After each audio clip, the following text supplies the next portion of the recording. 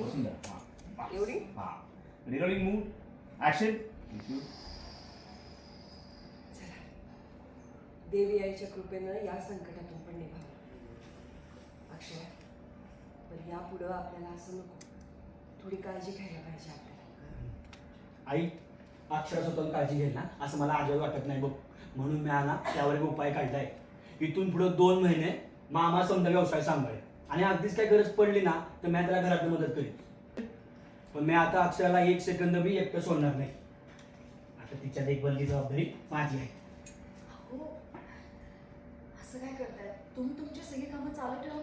मी खरंच घेईन माझी काळजी. तू काळजी घेतेस ते दिसतच आहे आम्हाला. आहे अहो, खरंच सांगते. अगं नाही, सुंदर बोलतोय तेही बरोबर आहे. आता ना तू आराम करण्याचंच दिस आहे.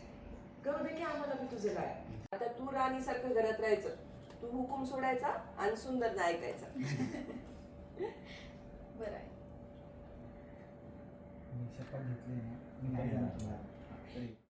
बरं आई तुम्ही खरंच नका काळजी करू.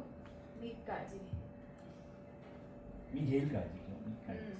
नाही तुमचं वाक्य विसरा. हा, मी नाही. खरंच असं नाही. त्यामुळे जरा यशवंत यात आमचं काही नाही.